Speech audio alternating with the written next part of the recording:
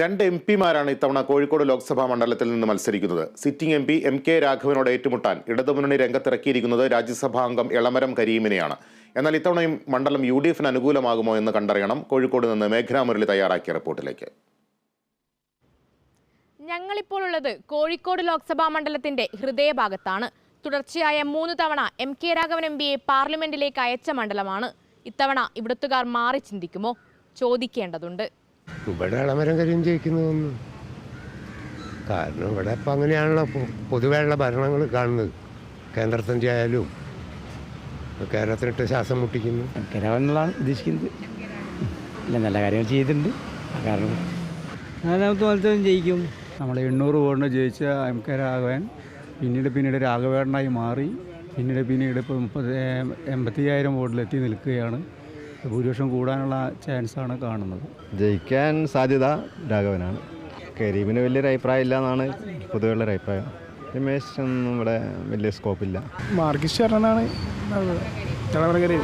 എല്ലാ ജനങ്ങളെ ഇതും BJP-യിലേക്കാണ്. ഈ പറയുന്ന ഞാനും കൂടി BJP-യിലേക്ക് ജയിച്ചിട്ടുണ്ട്. കഴിഞ്ഞ പ്രാവശ്യം മൂപ്പർ ഇവിടുത്തെ ഒരു MP ആയിരുന്നു. പിന്നെ അപ്പോഴത്തെ ഭരണത്തിൻ്റെ ഇതൊക്കെ വെച്ച് നോക്കുന്ന സമയത്ത് മൂപ്പർ സാധ്യത കാണുന്നത്. രാഘവൻ വന്നിട്ടൊരു കാര്യമില്ല. നമ്മളെ തൊഴിലാളികളെ കൂടിയാണ് നമ്മളെ കരീംക്ക നല്ല ഒരാളാണ്.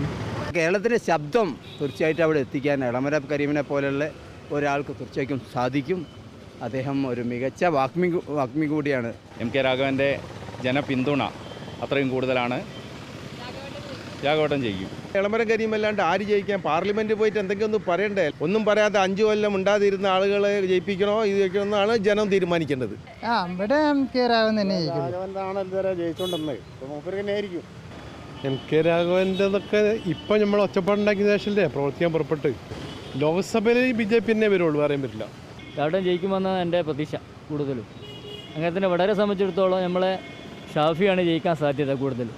ശൈലജ ടീച്ചർ ഒരുപാട് പ്രവർത്തനങ്ങൾ നടത്തി ഒരുപാട് ആൾക്കാരുടെ മനസ്സിൽ കയറിയ ഒരാളാണ്. പറയാൻ പറ്റൂല. ഇപ്പോഴത്തെ അവസ്ഥ വെച്ചിട്ട്, രാഷ്ട്രീയ സാഹചര്യം വെച്ചിട്ട് രണ്ടാൾക്കും സാധ്യത ഉണ്ട്. എന്തായാലും മത്സരം ശക്തമാണ്. ബാക്കി ജനങ്ങൾ തീരുമാനിക്കട്ടെ. ക്യാമറമാൻ വസീം അഹമ്മദിനൊപ്പം മേഘ്ന മുരളി, കേരള വിഷൻ ന്യൂസ്, കോഴിക്കോട്.